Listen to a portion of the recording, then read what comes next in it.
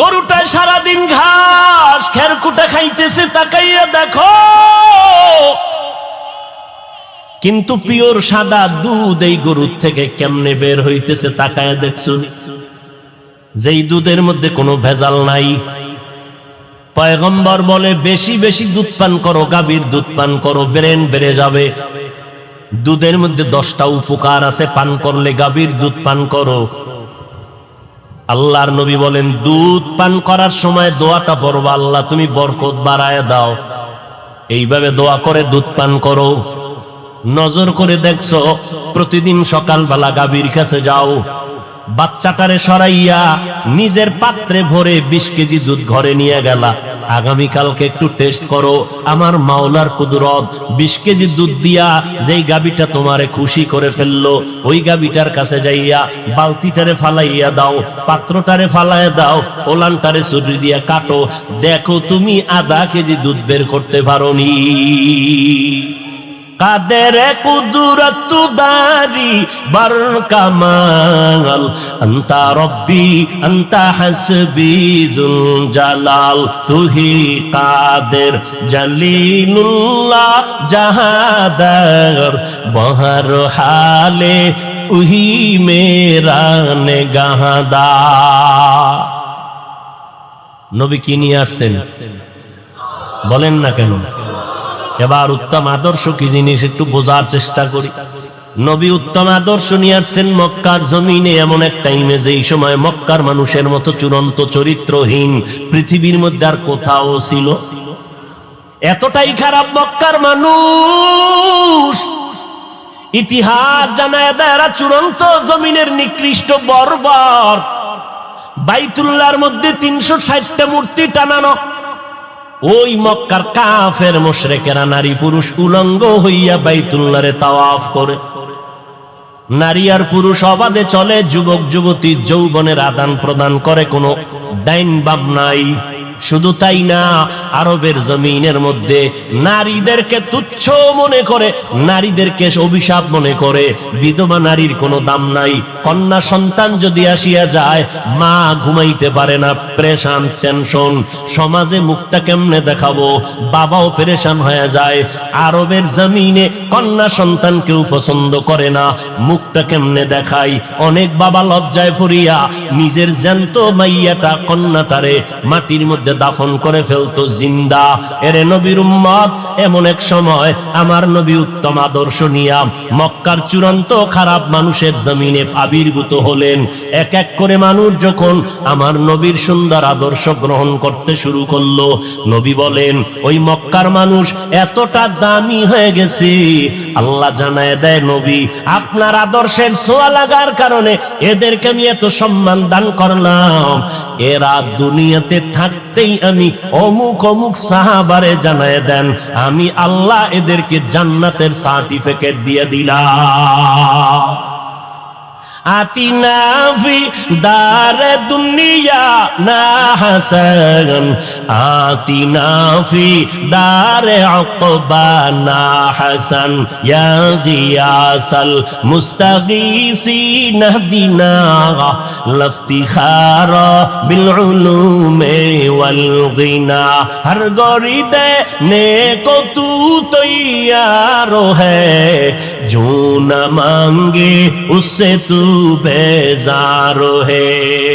আমার নবীর আদর্শ এত সুন্দর, আল্লাহর কসম এই জমিনের মধ্যে যত মানুষ আদর্শের স্লোগান দিল, আমরা অমুকের আদর্শের সৈনিক, অমুকের আদর্শের সৈনিক, আব্রাহাম লিঙ্কনের আদর্শ, মাও সেতুনের আদর্শ, লেনিনের আদর্শ, কালমার্সের আদর্শ, পেলেটের আদর্শ, সারা দুনিয়ার মানুষের আদর্শগুলো নাপাক। খোদার কসম একমাত্র মদিনাওয়ালা নবীর আদর্শই হলো পাক। ১৫০০ বছর পরে নবীর আদর্শটা গ্রহণ করার দ্বারা এত দুশ্মনের মাঝে সমস্ত বেঈমানেরা কোরআনের দুশ্মন, আলেমের দুশ্মন, ওই আওয়াজের দুশ্মন, এর সাথে আবার একদল মুনাফিকেরা তাল মিলাইতেছে, কি মিলায় না? ইসলামের ব্যানারওয়ালারা তাল মিলায় কয় তাবলিগে যাওয়ার দরকার নাই, তাবলিগে গিয়া কোনো লাভ নাই, চরমনাই, উজানি, বাহাদুরপুর, নানুপুর কোনো পীরের দরবারে গিয়া লাভ নাই, কওমি মাদ্রাসায় পড়ে লাভ নাই, দেওবন্দীদের কাছে গেলে লাভ নাই, হাটহাজারি গেলে কোনো লাভ নাই। এই কথা বলে বলে বলে বলে বেড়ায়, শুধু বলেই না, সারাটা মাস সারাটা বছর ফেসবুকটাকে গরম রাখে কওমিদের বিরুদ্ধে, দেওবন্দীদের বিরুদ্ধে, খাঁটি আল্লাহওয়ালাদের বিরুদ্ধে। আমি 1 মিনিটের জন্য মেনে নিয়ে সব জায়গায় প্রশ্ন করি, ও ভাইজানেরা, আপনারা যারা নিষেধ করলেন চরমনাই গিয়া লাভ নাই, তাবলিগে গিয়া লাভ নাই, দেওবন্দে গিয়া লাভ নাই, হাটহাজারি গিয়া লাভ নাই, চরমনাই, উজানি, নানুপুর, বাহাদুরপুর খাঁটি আল্লাহ আল্লাহর দরবারে গিয়া লাভ নাই, আপনার কথা 1 মিনিটের জন্য মেনে নিয়ে আমি সিদ্ধান্ত নিলাম, জীবনে চরমনাই যাব না, উজানি যাব না, দেওবন্দে যাব না, কওমি মাদ্রাসায় যাব না, হাটহাজারি যাব না, জীবনে তাবলিগেও যাব না। আলাদা আমার একটা ঠিকানা দাও, যেই ঠিকানায় গেলে দাড়িবিহীনওয়ালা দাড়িওয়ালা হবে, একটা আলাদা ঠিকানা দাও। এদের ঠিকানা বাদ দিয়ে নতুন ঠিকানা দাও, যেখানে গেলে সুদখোরেরা সুদ ছেড়ে দিবে, যেই জায়গায় গেলে মদিনার উম্মতেরা সুন্নতওয়ালা হয়ে যাবে, দিলটা নরম হবে, কান্নাওয়ালা পরিবেশটা তৈরি হবে। এমন একটা ঠিকানা দাও, ওই ঠিকানায় যাব, আমার আল্লাহর সাথে মোলাকাতের সবক নিব, মদিনাওয়ালার সুন্নতের সবক নিব। ঠিকানাও দিবা না, অন্য জায়গায় যাইতেও দিবা না, তাহলে আমি বুঝে নিব তোমরা বিধর্মীদের পা চাটা পাক্কা দালাল। ভাইরা আমার, যাব না, চরমনাই যাব না, তাবলিগে যাব না, দেওবন্দে যাব না, কওমিতে যাব না, আলাদা ঠিকানা দাও। কোন জায়গায় গেলে মানুষগুলো নামাজি হবে, রোজাদার হবে, কান্নাওয়ালা হবে, পাগড়িওয়ালা হবে, সুন্নাতওয়ালা হবে। আমার কথায় কোনো ভেজাল আছে? হ্যাঁ, এরপর বলবে হিংসা করি না। বাতিলের বিরুদ্ধে কথা বলা হিংসা না ঈমান? জোরে বলেন। আর আমরা যারা চরমনাই, তাবলিগ, দেওবন্দি চিল্লাই, আমরা কি বলি? দেওবন্দে না গেলে গুনাহ হবে, তাবলিগে না গেলে গুনাহ হবে। একবারও বলেছি? সমস্যা কি? আমরা তো কখনো বলি নাই কওমি মাদ্রাসায় না পড়লে গুনাহ হবে, একবারও বলি নাই আমরা দেওবন্দি তাবলিগে না গেলে গুনাহ হবে, একবারও বলি নাই। সারাটা বছর চিল্লাইয়া মানুষের পায়ে ধরে ধরে ধরে ধরে বয়ান করি। বয়ান করার স্লোগান মাত্র দুইটা স্লোগান। ও গাজীপুরের মুসলমানেরা, দুনিয়ার জমিনে যতদিন আমরা বেঁচে থাকবো গোলামি করব আল্লাহর, আদর্শ মানব মদিনাওয়ালা নবীর।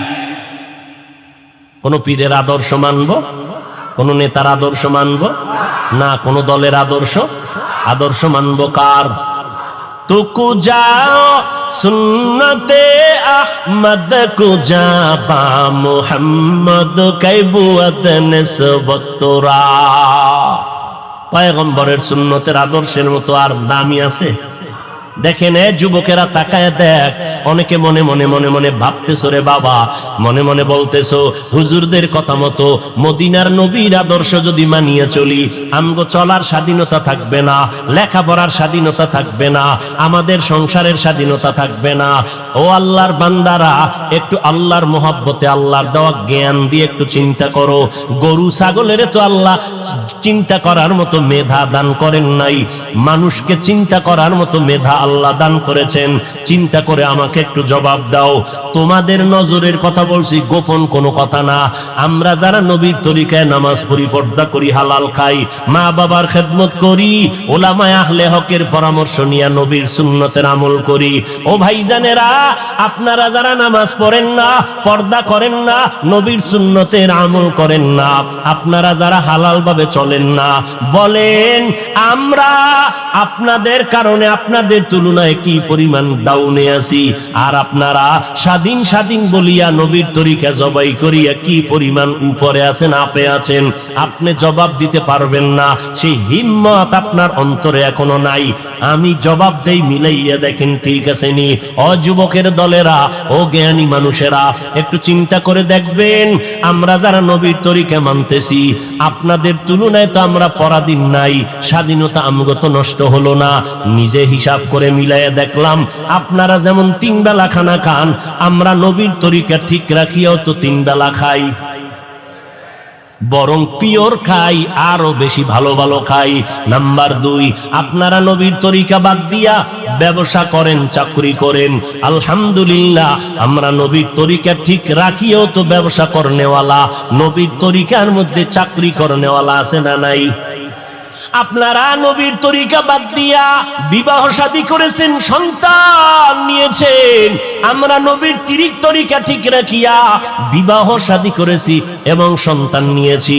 আপনারা নবীর তরিকা বাদ দিয়া দেশ বিদেশ স্বাধীনভাবে সফর করেন, আমরাও তো নবীর তরিকা ঠিক রাখিয়া দেশ বিদেশ স্বাধীনভাবে সফর করি। বলেন আমরা কোন দিক থেকে নিচে পড়ে গেলাম, আপনারা কোন দিক থেকে উপরে উঠিয়া গেলেন? ও নবীর উম্মতের দলের, আমরা তো স্বাধীনভাবে জমিনের মধ্যে আছি। ও আল্লাহর বান্দা, চেয়ারম্যান সাহেব দেখা হলে কয় হুজুর সালাম দোয়া করবেন, এমপি সাহেব দেখা হলে বলে হুজুর সালাম দোয়া করবেন, মন্ত্রী মহোদয় দেখা হলে বলে হুজুর সালাম দোয়া করবেন। বলেন আলহামদুলিল্লাহ, এই কোরআন আর নবীর সুন্নাতওয়ালারা এই বর্তমান পৃথিবীর মধ্যে এত বিপদের মধ্যেও এরা বিন্দু থেকে অসম্মানে নাই। সম্মান দেয়ার মালিককে আরো জোরে বলেন। তাহলে আপনি কেন বলবেন নবীর তরিকা মানলে স্বাধীনতা থাকবে না? এবার বলবেন ভাই, আপনাদের মতো কি আমরা হতে পারবো না? আপনাদেরকে একবারও আমি বলি না আমাদের মতো হইয়া যান, একবারও বলি না রে বাবা। স্কুলে যারা পড়েন আলহামদুলিল্লাহ, কলেজে যারা লেখাপড়া করেন আলহামদুলিল্লাহ, ডাক্তারি পড়েন আলহামদুলিল্লাহ, ইঞ্জিনিয়ারিং পড়েন আলহামদুলিল্লাহ, যারা ব্যবসা করেন আলহামদুলিল্লাহ, যারা চাকরি করেন আলহামদুলিল্লাহ, ওই রাস্তাটা থেকে আপনার আসার দরকার নাই। কেউ যদি ডাকে আপনি আসবেন না, কারণ আমার মাদ্রাসায় আলেম ওলামা মুফতি মুহাদ্দিস তৈরি হওয়ার ছাত্রের অভাব নাই।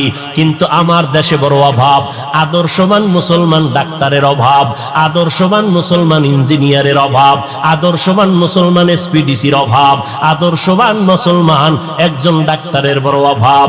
আর যদি আমার বাংলাদেশের প্রত্যেকটা থানা জেলার মধ্যে সব এসপিডিসি ওসি সাহেব 5 বেলার নামাজি হইতো, আমগো বয়ান করতে কোনো টেনশন করা লাগতো না।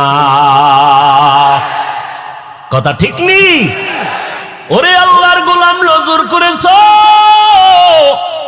প্রধানমন্ত্রী কওমি মাদ্রাসার সনদের স্বীকৃতি যখন দিবে, মাথাটা গরম হয়ে গেল।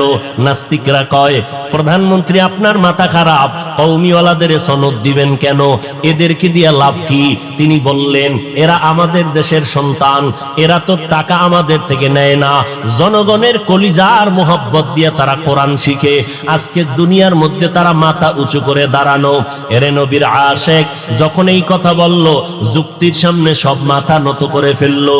তন্ন তন্ন করে তদন্ত করে দেখলো কোন মাদ্রাসায় অস্ত্র নাই, কোন মাদ্রাসার ছাত্ররা বিড়ি টানে না, গাঞ্জা খায় না, মদ পান করে না।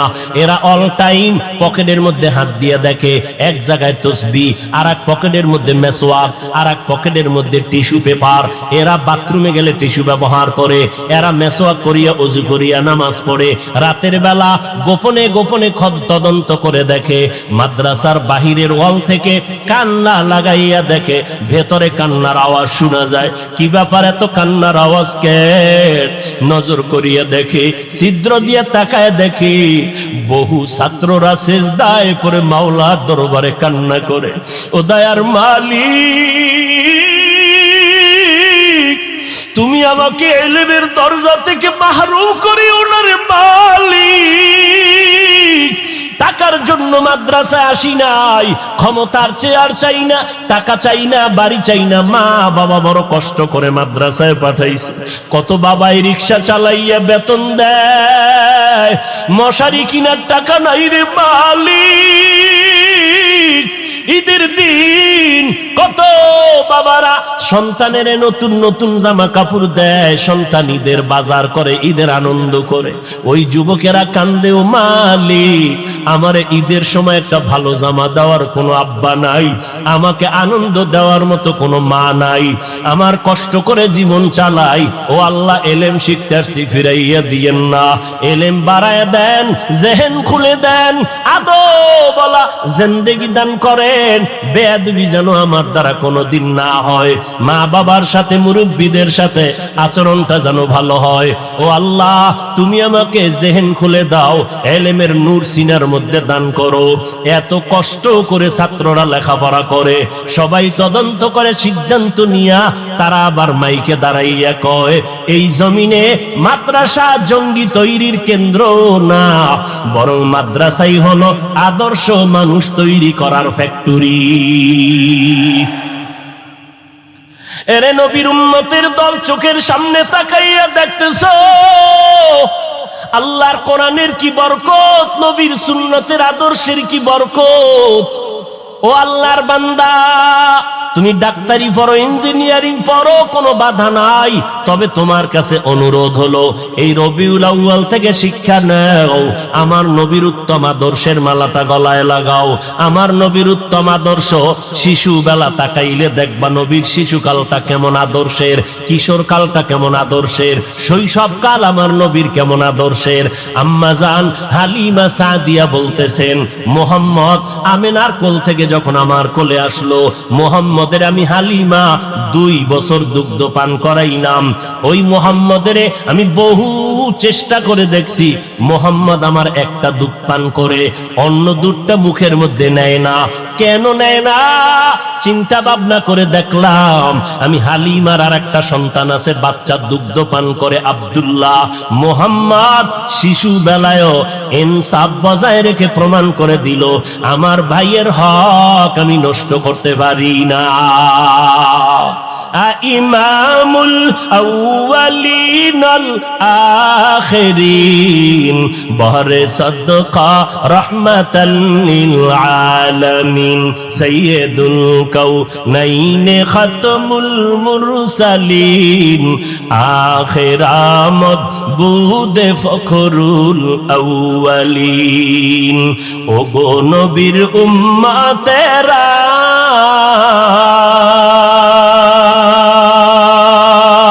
হয়ে আজি দিশাহারা, কোরআন হাদিসের চলো, কোরআন হাদিসের চলো, যখন যাহা চায় মনে, নবী বিনে কে তরাবে পুলসিরাত মিজানে, নবী বিনে কে তরাবে পুলসিরাত মিজানে। চলো চলো চলো মুমিন, চলো নবীর সন্ধানে, নবী বিনে কে তরাবে পুলসিরাত মিজানে, নবী বিনে কে তরাবে পুলসিরাত মিজানে। এরে নবীর আশিক উম্মতের দল, মায়ার নবী ইনসাফ কায়েম করলেন। নবীজির এত সুন্দর আদর্শ, আমার নবী রাস্তা দিয়ে হাঁটতেছেন, এই নবীর আদর্শ গ্রহণ করলেন আবু বকর। নবী বলেন হযরতে আলী, 10 বছর বয়সে আমি মুহাম্মদের হাতে কালেমা পড়ে মুসলমান হয়ে গেলেন। কয় বছর? 10 বছরের সন্তান আমি মুহাম্মদের হাতে কালেমা পড়ে মুসলমান হয়ে গেল। আমি মুহাম্মদের উত্তম আদর্শ দিয়া মক্কার বর্বর জাহেল মানুষদের সমস্ত জাহালাতকে দূর করে দিলাম। মক্কার মানুষ কন্যাদেরকে পছন্দ করে না, বিধবা নারীদেরকে তুচ্ছ করে তিরস্কার করে পাঠায় দেয়। আমি মুহাম্মদ আরবের মধ্যে নারীর সম্মানকে উঁচু করে দেখায় দিলাম। বিধবা নারী খাদিজা রাদিয়াল্লাহু আনহা, 2 জন স্বামী বিদায়ের পর আমি মুহাম্মদ আমার 25 বছর বয়সে 40 বছরের নারী খাদিজার বিবাহ করে দেখায় দিলাম। এ আরবের জাহেলের দল, নারীদের সম্মান কম না, আল্লাহ নারীদের সম্মান অনেক উঁচু করেছে। এই কথা যারা বুঝে না এরা স্লোগান দেয় নারীর সমান অধিকার চাই, আবার তারা নারীর উপরে জুলুম করে যৌতুকের এই চাপা রোলার দিয়া, আছে না নাই? আবার বলে ইসলাম নারীর অধিকার দেয় নাই। সারা দুনিয়ার কোন ধর্ম নারীর অধিকার বাড়াইতে পারে না, একমাত্র ইসলাম নারীর সম্মান বজায় রেখেছে। নবী বলেন এই দুনিয়ার আরবের মানুষেরা তোমরা কন্যা সন্তানকে হত্যা করো, অথচ আমি মুহাম্মদ এসে তোমাদের এই আকীদা নষ্ট করে দিলাম। নারীদের এত সম্মান কেন জানো? এই নারীরা আমি মুহাম্মদের নিয়া কত গর্বে ধারণ করছে আমার মা।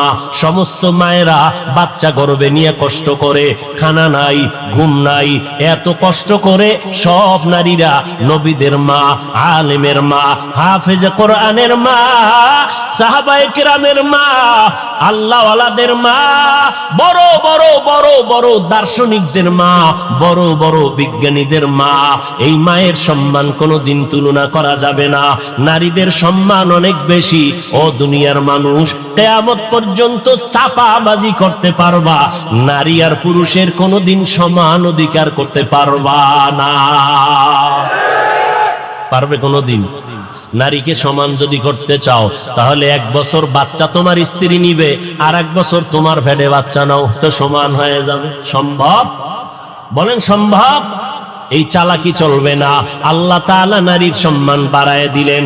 মদিনার নবী বলেন, এই দুনিয়ার মানুষ, একটা কন্যা সন্তান যদি পাও শুকর আদায় করিও, তুমি একটা জান্নাতের মালিক হয়ে গেছো।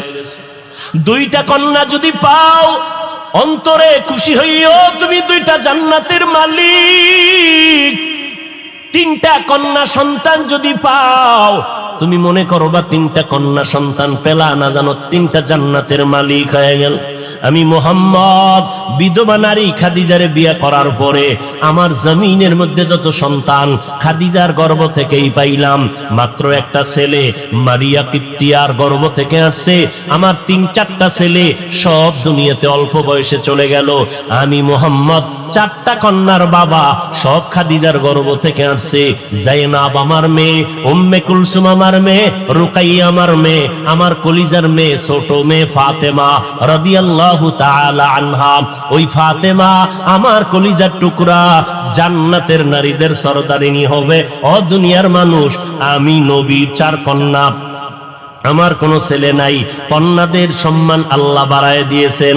আল্লাহর নবী বলেন, আমি 4টা কন্যার বাবা। শুধু তাই না, বর্তমান দুনিয়াতে এই জমিনে আমার নবীর আওলাদের সব বংশটা বেঁচে আছে।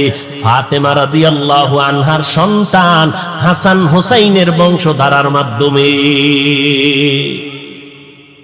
এরে নবীর উম্মতের দল, কন্যা সন্তান তোমার জন্য রহমত।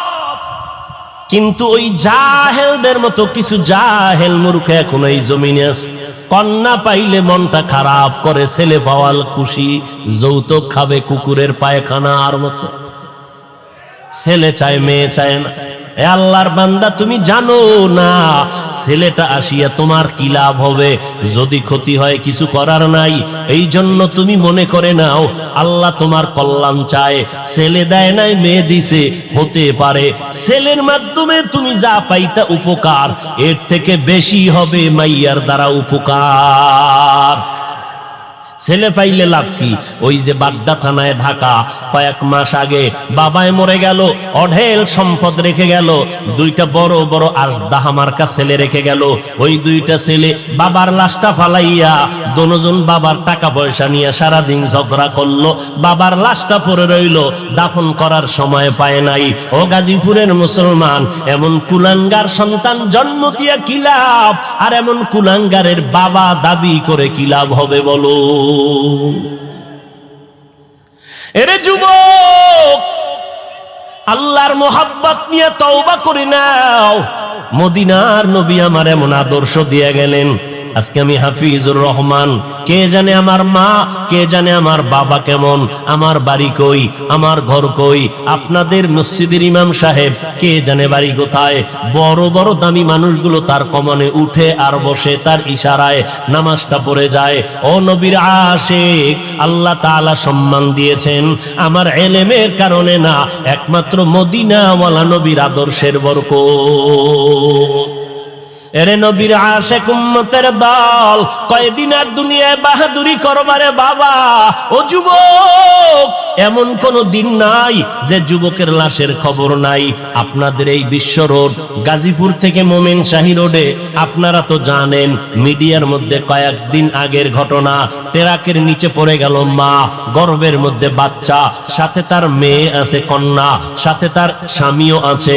মা মারা গেল, কন্যাটাও মারা গেল, স্বামীটাও মারা গেল, গর্ভের বাচ্চাটা বের হইয়া জমিনের মধ্যে এখনো বেঁচে আছে। কুদরত কার? কাদের কুদরত দারি বার কামাল, আনতা রব্বি আনতা হাসবি জুল জালাল। এই 25 বছরের যুবক, এই 27 বছরের যুবকেরা, এই 40 বছরের যুবক, মনে মনে ভাবতেছো 20 বছর বাঁচবো, গ্যারান্টি আসেনি? বল, তোদের জীবনের একজন বন্ধু, মোবাইলটা খুললে পাবি তোদের জীবনের একজন কণ্ঠশিল্পী মাইকেল জ্যাকসন, নাম শুনছো না? তোদের কলিজার বন্ধু মাইকেল একটা গান গাইতো, $1,00,000 পাইতো একটা গানে হাদিয়া। মাইকেল জ্যাকসন, ইউটিউব খুললে দেখবি তার গানের আওয়াজ, টাকার পাহাড় গড়লো যখন মাইকেলের। শুনে নে, ভালো করে শুনে নে, কথাগুলো বালিশে মাথা লাগাই একটু চিন্তা করবি। মাইকেল জ্যাকসন টাকার মালিক হইয়া অঢেল সম্পদ হয়ে গেল। মাইকেল কয়, আমি 150 বছরের আগে আর মরতে চাই না, আমি 150 বছর বেঁচে থাকবো কমপক্ষে। বেঁচে থাকার জন্য প্রস্তুতি যা দরকার তা করে নিল, চেহারাটা বাদাই করে নিল, খালি হাতে, কারো সাথে মুসাফাহা সাক্ষাৎ দেয় না, গ্লোভস করে থাকে হাতের মধ্যে, বডিটারে বাদাই নিল। 20 জনের উপরে ডাক্তার মাইকেলের অল টাইম পাহারা দেয়। খাইতে গেলে শতবার একটা খানা চেকিং করা হয়, ধুলাবালু লাগায় না, জীবাণু ঢুকবে, ক্ষতি হয়ে যাবে। এই মাইকেল 150 বছরের আগে মরবে না বলিয়া সমস্ত প্রস্তুতি কমপ্লিট হয়ে গেল। অল টাইম ডাক্তারেরা পাহারা দেয়, যেখানে যায় 20-25 জন ডাক্তার তার সাথে। টাকার অভাব নাই, সম্মানের অভাব নাই। এই মাইকেল 150 বছর বাঁচবে দূরের কথা, 50-এর কোঠায় যখন মাইকেল পড়লো শুধুমাত্র 50। একদিন মাইকেল বলে, আমার মাথাটা কেমন যেন হালকা ভারী হচ্ছে, একটু ব্যথা ব্যথা লাগে, একটু বিশ্রামে দাও। ডাক্তার 20 জন রেডি হয়ে গেল, স্যার আপনাকে কি ট্রিটমেন্ট করার দরকার, নিশ্চিন্তে শুইয়া থাকেন, আমরা পাহারাদার আছি। মাইকেল শুইয়া গেল, আরামে ঘুম পড়ে গেল। ডাক্তার চতুর্পার্শ্বে পাহারা দেয়। আজরাইল মাঝখানে আইসা মাইকেলের জীবনটা নিয়ে চলে গেল। ডাক্তারেরা দীর্ঘ সময় উঠে না, মাইকেল উঠে না।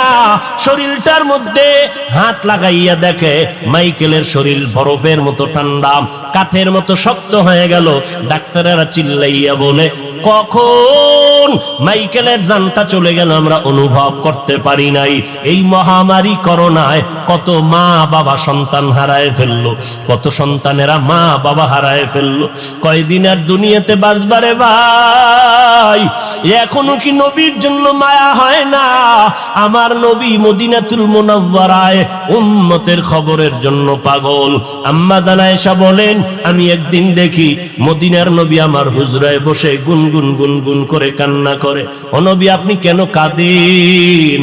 নবী বলেন, আয়েশা, হাসরের ময়দানে কঠিন মুসিবতের কথা মনে পড়লো, এই জন্য কান্না করি। বলে, কেমন মুসিবত? বলে, এমন মুসিবত হবে হাসরের ময়দানে সূর্যটা জমিনের নিচে একেবারে কাছাকাছি আসবে, মানুষগুলো সব নারী পুরুষ উলঙ্গ হইয়া আল্লাহর আদালতে দাঁড়াবে। এই জমিনটা হবে কিয়ামতের মাঠ, সিরিয়ার জমিন হবে আল্লাহর বিচারালয়, আদালত। আমার আল্লাহ আদালতের মধ্যে বসবেন আর বলবে সূর্যটা নিচে নেমে আয়, সূর্য তোর মুখগুলো নিচে কর, যত তাপ আছে জমিনের মধ্যে ছেড়ে দে। আল্লাহ তাআলা বলবেন সূর্য তোর যত তাপ আছে জমিনে ছেড়ে দাও। সূর্যের তাপে জমিনটা পুড়িয়ে তামা হয়ে যাবে। অপরদিকে জাহান্নামের আওয়াজ, জাহান্নাম চিল্লায় বলবে আল্লাহ গুনাহগার গুলো তাড়াতাড়ি দাও, আমার পেটের ক্ষুধা নিবারণ করি। আমার আল্লাহ বলবে অপেক্ষা কর, একটু অপেক্ষা কর। মদিনার নবী চোখের পানি ছেড়ে কাঁদে আর বলেন আয়েশা এমন ভয়ঙ্কর হালাত হবে হাসরের মাঠে, যেই নবীদের কোনো গুনাহ নাই সেই নবীরাও পর্যন্ত নাফসি নাফসি বলে কান্না করবেন। ঈসা নবী কাঁদবেন আল্লাহ আমাকে বাঁচাও, মুসা নবী কাঁদবেন আল্লাহ আমাকে বাঁচাও, ইব্রাহিম নবী কাঁদবেন আল্লাহ আমাকে বাঁচাও, আমার উম্মতের খবর নেওয়ার সময় নাই, ও আল্লাহ তুমি আমাকে বাঁচাও। আদম নবী কাঁদবেন আল্লাহ তুমি আমারে বাঁচাও। আয়েশা বলে নবী তখন আপনি কি করবেন?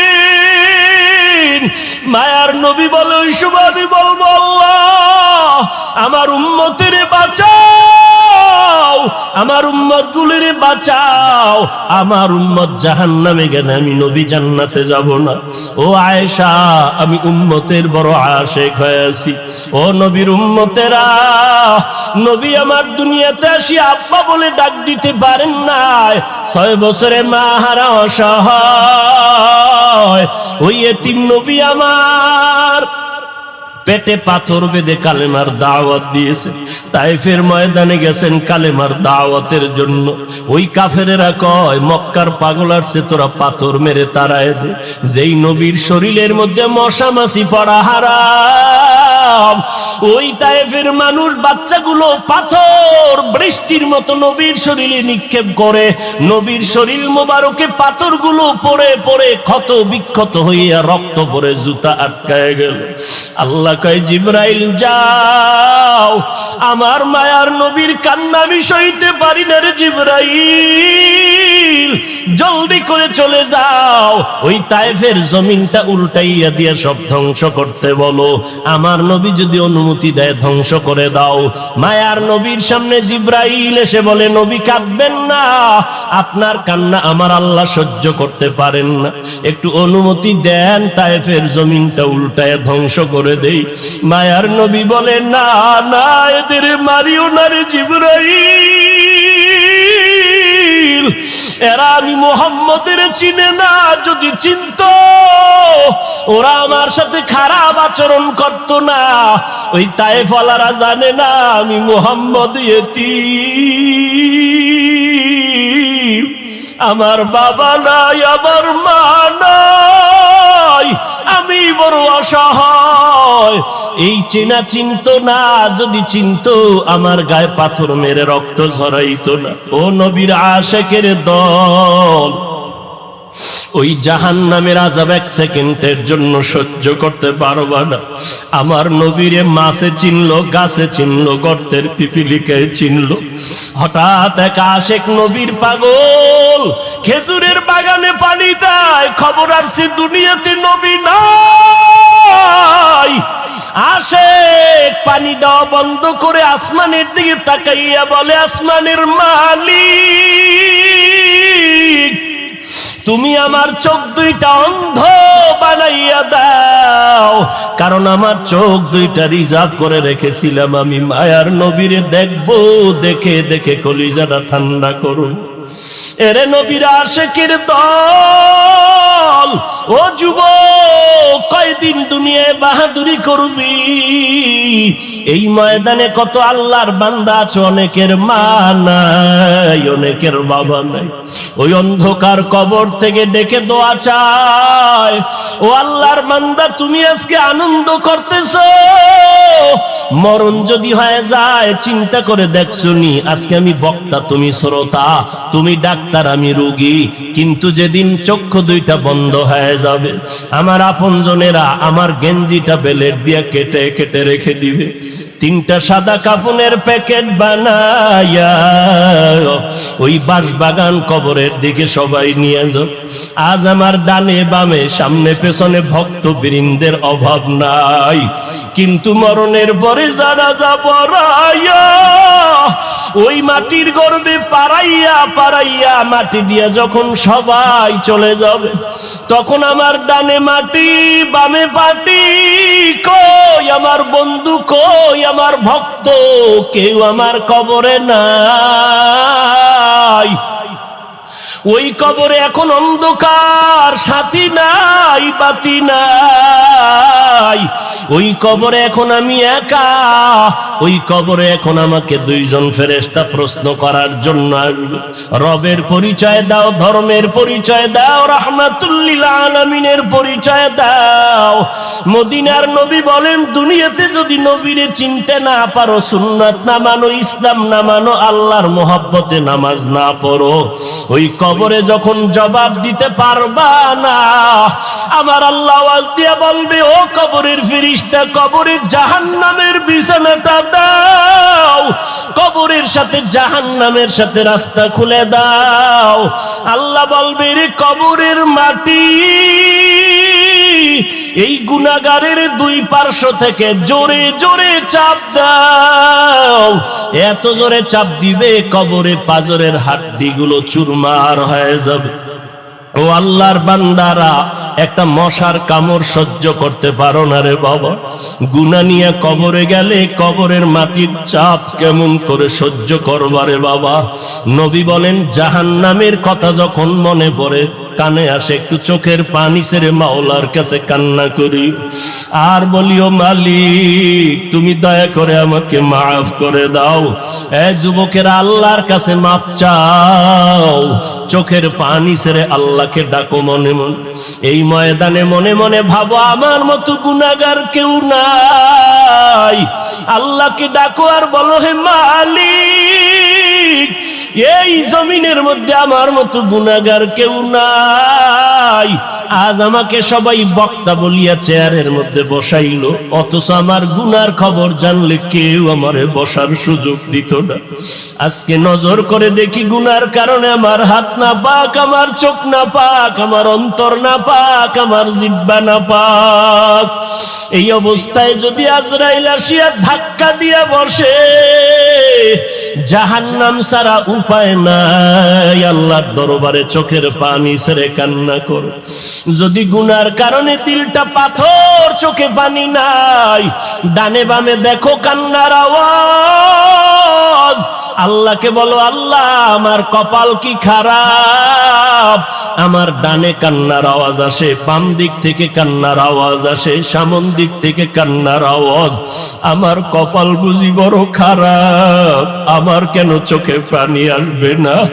দুনিয়ার ঘরে আগুন লাগলে পানি ছাড়া যেমন ঠান্ডা করা যায় না, আল্লাহর নবী বলেন, গুনাহগারেরা চোখের পানি ছাড়া কবরের জাহান্নামের আগুন ঠান্ডা করা যাবে না। চোখের পানি ছাড়ো, কান্না যদি না আসে, নবী বলে কান্নার বাহানা করো, তাতেও তোমার সওয়াব হবে। আল্লাহ আমার রসুলকে পাঠাইলেন, কি নিয়ে নবী আসলেন, কি নিয়ে নবী বিদায়, কি রেখে বিদায় নিলেন, এই দুইটা পয়েন্টের উপরে সামান্য সময় কথা। কি নিয়ে আসলেন তার জবাব হলো, উত্তম আদর্শ নিয়ে আমার রসুল আসলেন। লাকাদ কানা লাকুম ফি রাসূলিল্লাহি উসওয়াতুন হাসানাহ। আল্লাহ বলেন, হে দুনিয়ার মুমিনের দল, তোমাদের জন্য রসুলের মধ্যে রয়েছে উত্তম আদর্শ, গ্রহণ করে নাও।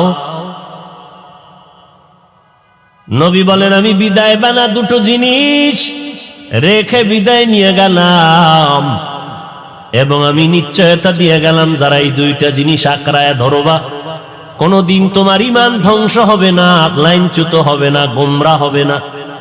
ওই দুই জিনিসের একটার নাম কোরআন, দ্বিতীয়টার নাম হলো সুন্নাত। এবার বলেন তো, নবী কি নিয়ে আসছেন দুনিয়াতে? গেছে 1 মিনিটে ভুলে গেছেন কি? উত্তম আদর্শ নিয়ে নবী আসলেন। কয়টা জিনিস রেখে নবী বিদায় নিয়ে গেলেন? এক, জোরে বলে। দুই, কি? নবী কোরআন এবং সুন্নাত বলেছেন, হাদিস বলেন নাই। আমরা কোরআন হাদিস কেন বলবো? নবী বলেন কোরআন আর সুন্নাত। নবী যদি হাদিস না বলে আমরা কেন বলবো কোরআন হাদিস? নবী বলেন কোরআন হাদিস না, আমি রেখে গেলাম দুই জিনিস, নিশ্চয়তার সাথে রেখে গেলাম, ধরে রাখ, কোরআন এবং আমি নবীর সুন্নাত। আল্লাহর কসম করে বলি, বর্তমান দুনিয়াতে তাকায় দেখেন, কোরআন সুন্নাত যত পার্সেন্ট যার কাছে আছে, ওই বান্দা তত পার্সেন্ট শান্তি আর সম্মানে আছে। আর যার কাছে কোরআন এবং নবীর সুন্নাত যত পার্সেন্ট নাই, তত পার্সেন্ট ওই বান্দা বান্দি শান্তিতেও নাই, সম্মানেও নাই। ইহুদি বেঈমান সমস্ত বিধর্মীরা চায় কোরআনের আওয়াজ বন্ধ হয়ে যাক, মাদ্রাসা বন্ধ হয়ে যাক, কোরআনের ওয়াজ বন্ধ হয়ে যাক, আলেমদের জবানে তালা লাগায় দাও। যদি তালা লাগানোর চিন্তা না করত, তাহলে আলেমদের নামে বসে বসে কখনো লিস্টি করত না। সমস্ত বেঈমানেরা চায় কোরআনের আওয়াজ বন্ধ হয়ে যাক। এত বড় দুশ্মন, চতুর্মুখী দুশ্মনের মাঝে ইংরেজের দালাল ব্রিটিশেরা ওই ভারতবর্ষ 200 বছরের উপরে শোষণ করেছিল। সমস্ত কোরআনের মাদ্রাসায় তালা লাগায় দিল। শত শত শত শত আলেমকে জিন্দা জবাই করে লাশটা গাছে ঝুলাইয়া দিল। ভারত বিশাল একটা রাষ্ট্র, মাদ্রাসা নাই, আলেম নাই, কোরআনের আওয়াজ দেওয়ার কেউ নাই। এই ব্রিটিশটা মনে করেছিল কোরআন বন্ধ হয়ে গেল। আল্লাহ কয়, আমার সাথে পাল্লা দিয়া নমরুদ আগাতে পারে নাই, ফেরাউন আগাইতে পারে নাই। যারা আমি আল্লাহর সাথে পাল্লা দিয়েছে তারা সমূলেই ধ্বংস হয়ে গেছে। আল্লাহ বলেন, আমি হেফাজতের জিম্মাদারি নিয়েছি, কোরআন আমি হেফাজত করব। কোরআন হেফাজতের মানি শুধু কোরআনের কাগজটা হেফাজত না, এই কোরআন যার সিনায় থাকবে আমি আল্লাহ তারে হেফাজত করব। এই কোরআন যেই ঘরের মধ্যে থাকবে সেই ঘর হেফাজত করব। এই কোরআনটা যেই নারীর মধ্যে থাকবে নারীটারে হেফাজত করব। শুধু দুনিয়ার জমিনে না, এই কোরআনের সিনা নিয়ে যারা কবরের মধ্যে যাবে, আল্লাহ জানায় দেয়, কবরের মাটি আমার কোরআনওয়ালাকে কখনো ধ্বংস করবি না। এই কালামে জিন্দা কুরআনে হাকিম, হিকমতে উলা ইয়াজাল সুতো কদিম, বখা কুরআ কালামুল্লাহ বশনো কদিমাস্তি, কদিমাস্তি নইনো। আল্লাহর কালাম হেফাজত করবেন আল্লাহ। যত বন্ধ হয়ে গেল, আজ ভারতের মধ্যে তাকায় দেখেন মাদ্রাসা আছে না নাই? এমন এক মাদ্রাসা তৈরি হয়ে গেল, দেওবন্দের জমিনে এমন এক মাদ্রাসা তৈরি হলো। কাসেম নানতবি মাদ্রাসা প্রতিষ্ঠা করলেন। কেমন মাদ্রাসা? পয়গম্বরে আরবি স্বপ্ন যোগে দেখাইয়া দেয়, লাঠি হাতের মধ্যে নিয়া রেখা টেনে দিলেন আর বললেন, কাসেম আমি মুহাম্মদের রেখার উপরে মাদ্রাসা করে নাও। কাসেম নানতবি বলেন, আমি ঘুম থেকে উঠা দেখলাম মদিনাওয়ালা নবী যেই লাঠি মুবারক দিয়ে রেখা টানলেন, জমিনের উপরে পুরা সে রেখার অংশ দেখা যায়। রসুলের স্বপ্নে দেখানো রেখার উপরে মাদ্রাসা। দিন দিন দিন দিন তার আলো বাড়তেছে, কেউ কমাইতে পারে না। দুনিয়ার যে কোনো প্রান্তে যাবেন, দেওবন্দের ফুলের ঘ্রাণ সেখানে একটু না একটু পাবেন। কথা ঠিক নেই? দেওবন্দের ঘ্রাণ সেখানে আছে। এই দেওবন্দি এমন একটা ফুল, এই ঘ্রাণটা যার নাকে লাগবে সে আল্লাহর গোলাম হতে বাধ্য হয়ে যায়। কারণ এরা কাউকে গালি দেয় না, এরা কারো বিরুদ্ধে সমালোচনা করে না, কিন্তু যারা আল্লাহ নবী কোরআন হাদিস নিয়ে কথা কয়, ইসলাম নিয়ে বলে, এদের ব্যাপারে দেওবন্দের ফুল কখনো চুপ থাকতে পারে না। মাদ্রাসা কমছে না বাড়ছে? বলেন। নাস্তিকরা কয় মাদ্রাসা কমায় দাও, ব্যাঙের ছাতার মতো মাদ্রাসা বেড়ে গেল। কিন্তু আমি বলতেছি না, এমন একটা গ্রাম নাই যেখানে মাদ্রাসা নাই, এরকম বহু গ্রাম এখনো আছে। ও আল্লাহর বান্দা, এই মাদ্রাসাগুলোতে যারা লেখাপড়া করে, সরকার একটা টাকা দেয় না, জনগণ কম বেশি দান সৎকা করার মাধ্যমে এরা ইলম শিখে। 24টা ঘন্টা মাদ্রাসাওয়ালারা আপনার আমার সন্তানকে পাহারা দেয়। আব্বা আম্মা যেইভাবে ট্রেনিং দিতে না পারে, মা ওস্তাদরা দিয়া, কেমনে খানা খাইবা ওস্তাদ ধরে ধরে দেখায় দেয়, কেমনে জুতা পরবা ওস্তাদ শিখায় দেয়। 3 বছর সন্তান মাদ্রাসায় পড়ার পরে মনে হয় জানো জুমার মসজিদের খতিবের যোগ্যতা হয়ে গেল এবং একজন সফল জানাজার ইমামতির যোগ্যতা অর্জন করে ফেললো।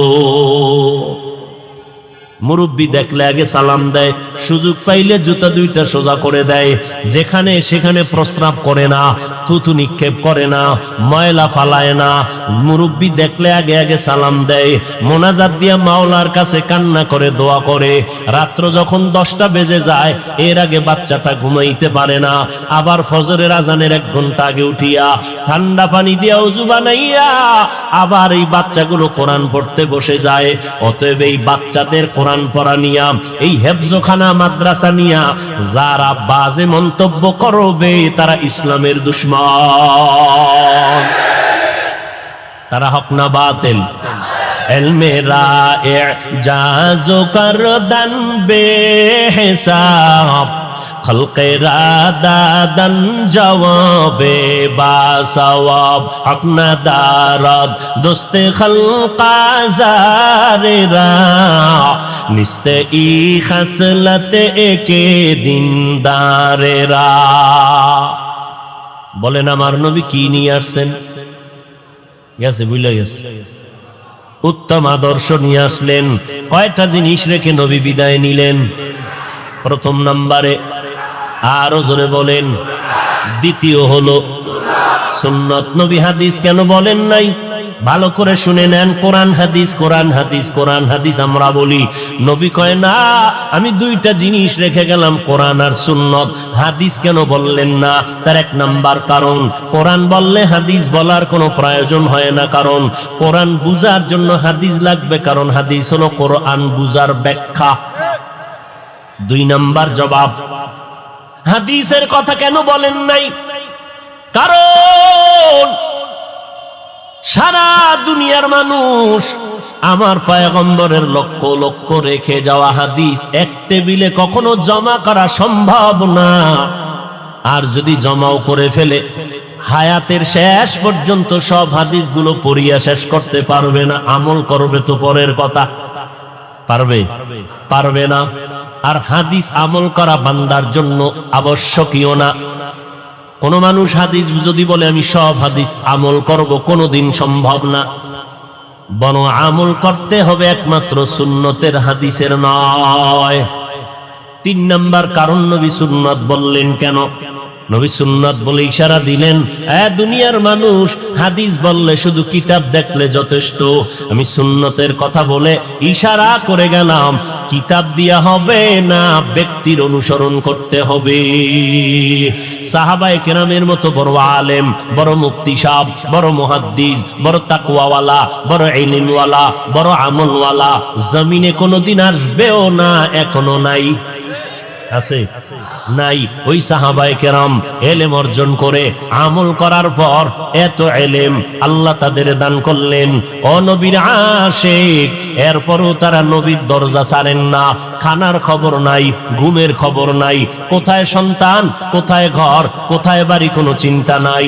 রাহমাতুল লিল আলামিনের পেছনে একটু সময় ব্যয় হয়ে গেলে আমার কলিজা ঠান্ডা হয়ে যাবে।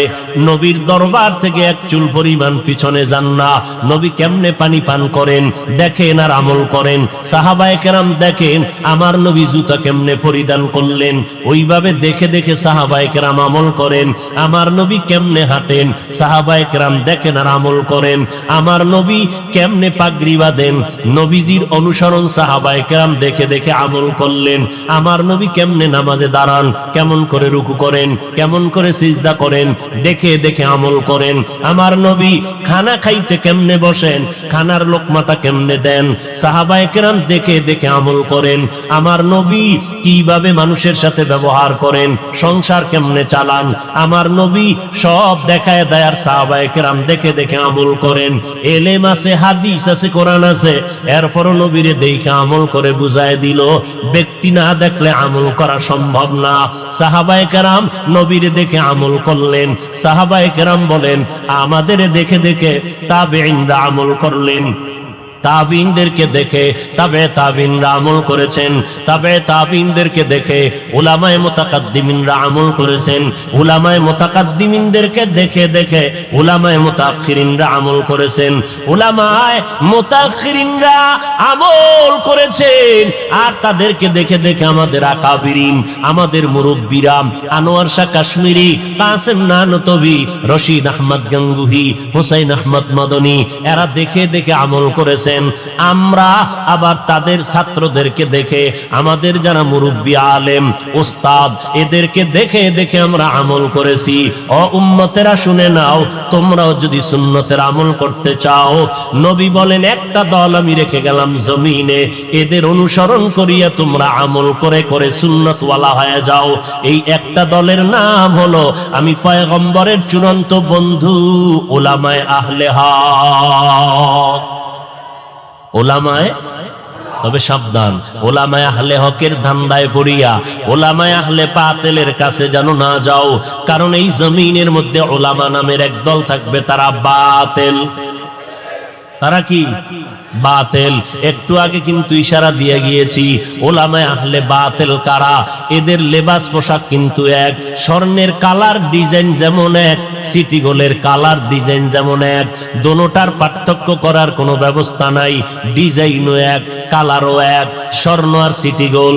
এটা যদি নির্ণয় করতে চাও দামেও ব্যবধান আছে, মানেও ব্যবধান আছে।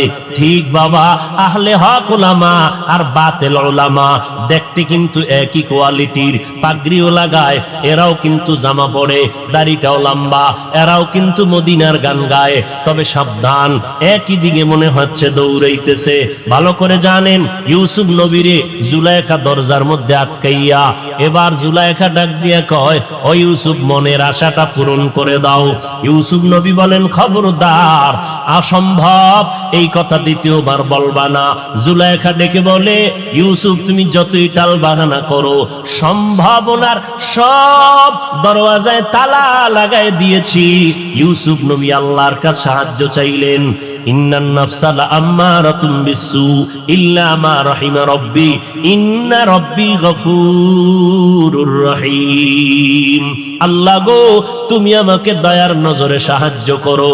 আল্লাহ ইউসুফ নবীরে জবাব শিখায় দিলেন অন্তরের ভেতরে। ইউসুফ ডেকে বলে জুলাইখা, দরওয়াজায় তালা লাগাইছো তুমি, ধাক্কা দিব আমি, দরজা খুলবেন আমার আল্লাহ। ঠিকই দরজায় ধাক্কা দিলেন, দরজা খুলে গেল, তালা ভেঙে গেল। ইউসুফ নবী নিচে দৌড়ায়, জুলাইখাও নিচে দৌড়ায়। ইউসুফ যেই দিকে দৌড়ায় জুলাইখাও ওই দিকে দৌড়ায়। দোনোজনার দৌড় ভিন্ন দিক না একদিক। জোরে বলেন, উদ্দেশ্য দোনোজনার এক না ভিন্ন? ইউসুফ দৌড়াইতেছে গুনাহ থেকে বাঁচার জন্য, আর জুলাইখা দৌড়ায় ইউসুফের গুনার বেড়া জালে আবদ্ধ করার জন্য। দোনোজনে একই দিকে দৌড়ায়, তবে দোনোজনের উদ্দেশ্য কিন্তু এক না, ঠিক এই বান্দারা সব আলেম ওলামা টুপিওয়ালারা আহলে হকেরাও মদিনার গান গায়, বাতিলেরাও মদিনার গান গায়। তবে সাবধান, সবার গানের উদ্দেশ্য এক না। আহলে হক আলেম ওলামারা এরা ইসলামের গান গায় জান্নাত পাওয়ার জন্য, নবীর দিদার পাওয়ার আশায়, আল্লাহর মোহব্বতের জন্য। আর ইসলামের ব্যানার লাগাইয়া বাতিলেরা ইসলামের গান গায় আল্লাহ পাওয়ার জন্য না, ক্ষমতার চেয়ারে বসার জন্য। আছে না নাই? হ্যাঁ, অভাব নাই। আল্লাহ হেদায়াত দান করুন। ভাইরা আমার, আল্লাহর নবী বুঝায় দিলেন হাদিস না বলে সুন্নাত বলার 3 নাম্বার কারণ, কিতাব দেখলে হবে না, ব্যক্তির অনুসরণ করবা, তবে ব্যক্তি উলামায়ে আহলে হক বাতিলের কাছে যাইবা না। এই তো কয়েকটা নমুনা বললাম, নিরপেক্ষ আর একটা নমুনা সংক্ষেপে বলি সাধারণ মানুষের জন্য। যেই সমস্ত আলেমের আমল ভালো, যাদের বয়ানে দেখবেন বেআমলওয়ালারা আমলওয়ালা হয়, যাদের বয়ানের মাধ্যমে মানুষ আমলওয়ালা হয়, সুন্নতওয়ালা হয়, মোনাজাতে কান্না আসে, দিলটা নরম হয়, বুঝে নাও এরাই আহলে হক। কান্না আসা এত সোজা? পুলিশে আসামি ধইরা এমন ভিডা লাগাইছে, আসামি শুধু চিৎকার দেয় কিন্তু চোখে কি নাই। আর ওয়াজের প্যান্ডেলে একজন আহলে হক আলেম বয়ান করে, চোখের পানি ছেড়ে বয়ান করে, 200 হাত দূরে একটা যুবক হাউমাউ করে কান্না করে। ও গাজীপুরের মুসলমান, আমগো টুপিওয়ালারে যারা বোকা বলে বলে তুচ্ছ করো, তুমি বুদ্ধিজীবী জবাব দাও। আসামি থানায় নিয়ে পুলিশে পিটায়, কান্দে না। ওয়াজের প্যান্ডেলে আল্লাহওয়ালারা বয়ান করে, 200 হাত দূরে বইয়া যুবক হাউ মাউ করে চিল্লাইয়া কান্না করে। কেন? বল, ওরে কে মারলো? কে ওকে আঘাত করলো? একটু চিন্তা যদি করো, তখন দেখবা কোন বুদ্ধিজীবীর বুদ্ধি কাজে লাগে না। হুজুরেরা বোকা, এদের কোনো বুদ্ধি নাই। ও আল্লাহর বান্দা, খোদার কসম করে বলি, এই জমিনের মধ্যে নিরঙ্কুশ বুদ্ধির এক গাইটের নাম কোরআন। আর এই কোরআন যার মধ্যে আছে সেই হলো জগতের শ্রেষ্ঠ বুদ্ধিজীবী। একই পাতিলে ভাত রান্না করেন আমার আম্মা জান, তরকারি রান্না করেন আমার আম্মা জান, একই মশলা দিয়া খানা পাকাইলেন আমার আম্মা। ওই খানাটা আব্বা খাইলেন, আম্মা খাইলেন, আমিও খাইলাম, আমার ভাই বোনেরা খাইলো। ও গাজীপুরের মাথাওয়ালা বুদ্ধিজীবীরা বলো, একই তরকারি একই ভাত আম্মা জান রান্না করার পরে আব্বা আম্মা খাইয়া দিন দিন দুর্বল হয়ে যায়, আর আমরা সন্তানেরা খাইয়া এত শক্তিশালী হই কেন বলো? বুদ্ধি খাটাও।